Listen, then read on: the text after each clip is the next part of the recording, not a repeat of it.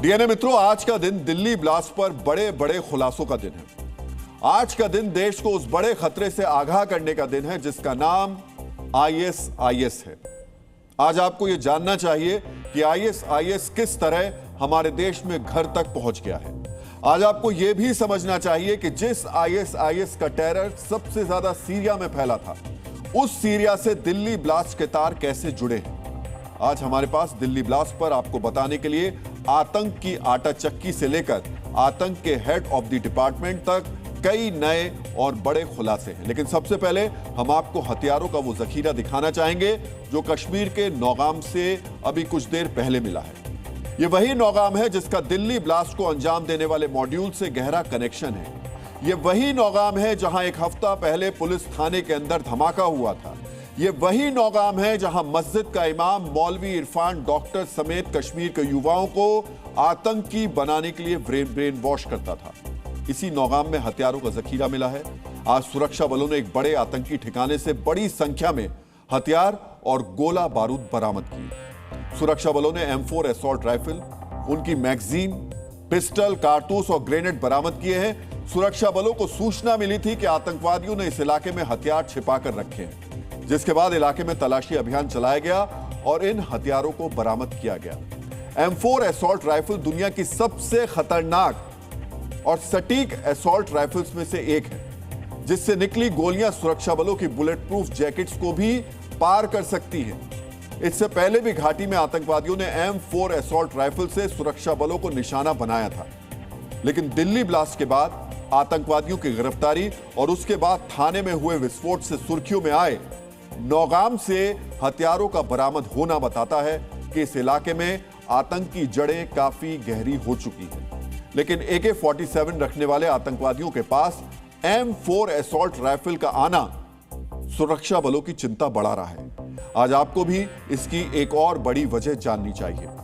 जिस नौगाम सेक्टर से ये हथियार बरामद हुए हैं, उसी नौगाम की मस्जिद में इमाम मौलवी इरफान अपने साथियों के साथ मिलकर कश्मीर के आतंकी संगठन अंसार गजवत उल हिंद के मरे हुए आतंकवादी जाकिर मूसा को जिंदा करना चाहता था। आज आपको जानना चाहिए, एक खत्म हो चुके, मिट्टी में मिल चुके आतंकी संगठन में दोबारा जान फूंकने का प्लान आतंकवादी मौलवी ने क्यों और कैसे बनाया। दिल्ली में धमाका करने वाले डॉक्टर उमर का ब्रेन वॉश करने वाले मौलवी इरफान से इस पूरी साजिश के तार जुड़ रहे हैं। कश्मीर के शोपिया का रहने वाला मौलवी इरफान को एक दिन पहले कश्मीर से दिल्ली लाया गया और फिलहाल उसे 10 दिन की NIA रिमांड पर भेजा गया है। पूछताछ में उसने एक बड़ा खुलासा किया, जिसके बाद खत्म माने जा रहे अलकायदा की विचारधारा के समर्थक आतंकी संगठन अंसार गजवत उल हिंद के दिल्ली ब्लास्ट कनेक्शन की जांच तेज हो गई है।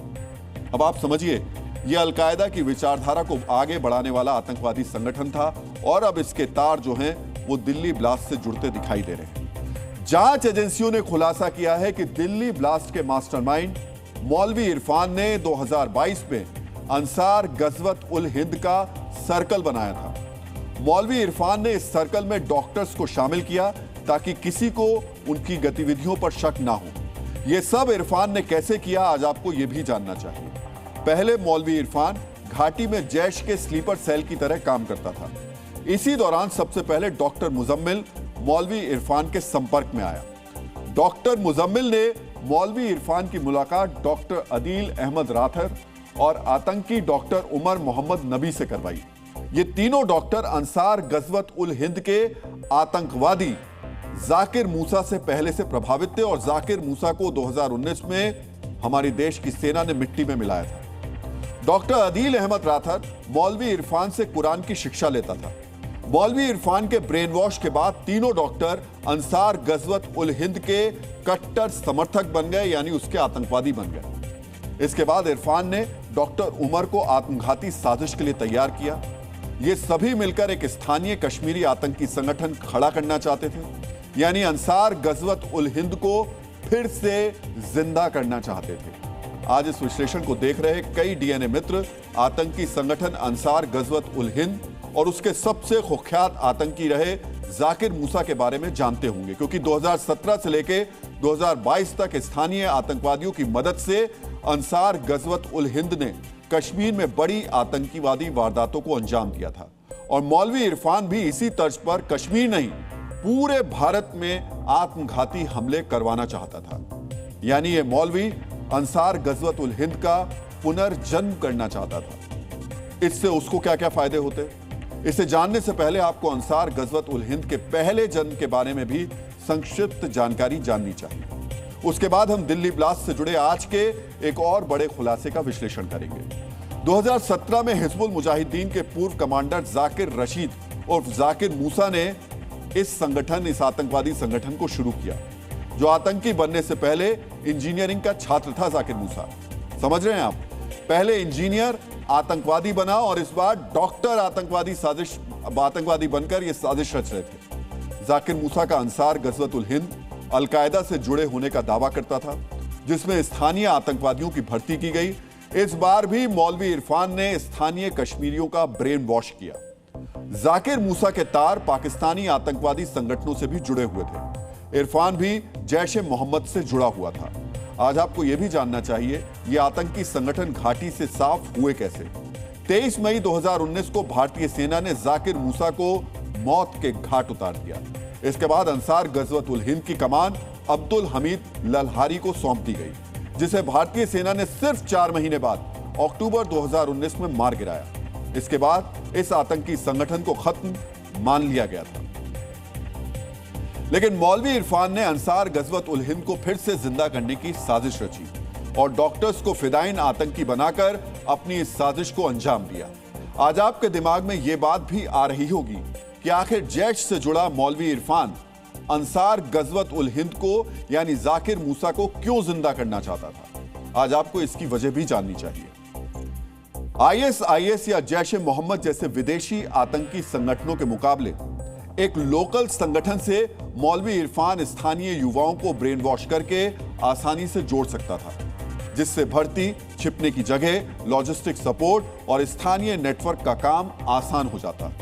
अंसार गजवत उल हिंद सीधे अल-कायदा की विचारधारा से जुड़ा हुआ था, लेकिन उसका टारगेट कश्मीर केंद्रित था।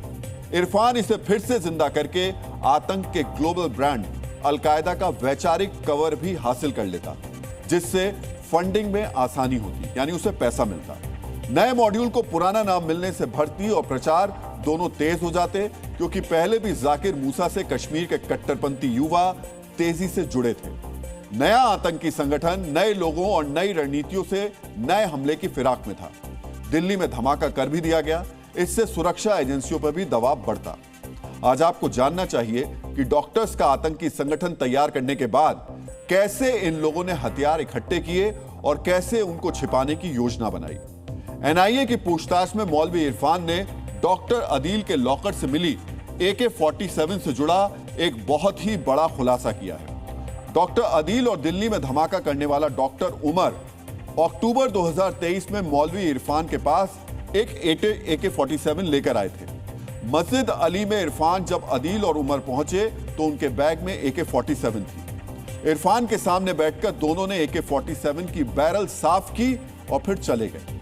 नवंबर 2023 में डॉक्टर अदील फिर से मौलवी के पास AK-47 लेकर आया। थोड़ी देर बाद डॉक्टर मुजम्मिल और उसकी पार्टनर डॉक्टर शाहीन शहीद, ये दोनों भी वहां पर पहुंचे। इस बार जाते वक्त AK-47 मौलवी इरफान के पास छोड़ दी गई। अगले दिन डॉक्टर अदील फिर आया और AK-47 उठाकर ले गया। यही AK-47 बाद में डॉक्टर अदील के लॉकर से बरामद हुई। मौलवी इरफान आतंकवादियों को हथियारों की सप्लाई से भी जुड़ा हुआ था। इरफान ने अनंतनाग की ईदगाह से एक पिस्टल डॉक्टर आरिफ को दी थी, यानी वो डॉक्टर्स को हथियारों से हमले के लिए भी तैयार कर रहा था। आरिफ ने नौगम में पिस्टल से एक राउंड फायर भी किया था, लेकिन बाद में डर की वजह से पिस्टल वापस कर दी थी। बाद में एक और आरोपी मुश्ताक से यह पिस्टल बरामद की गई। इसके अलावा इरफान ने नूरबाग इलाके से एक क्लिंकोफ राइफल लेकर 2 अज्ञात व्यक्तियों को भी सौंपी थी।